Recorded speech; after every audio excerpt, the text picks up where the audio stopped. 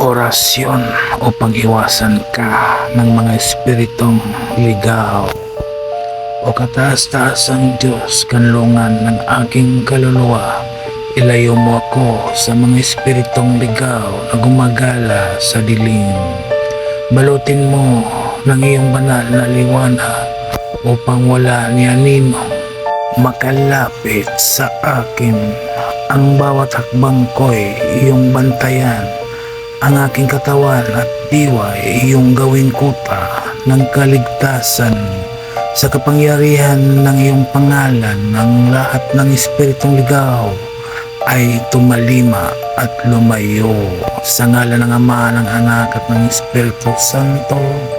Amen. Bigkasin lamang ang mga orasyon na sumusunod ng 3 beses at iihip sa isang basong tubig at inumin, o di kaya ay iihip mo sa iyong bibig.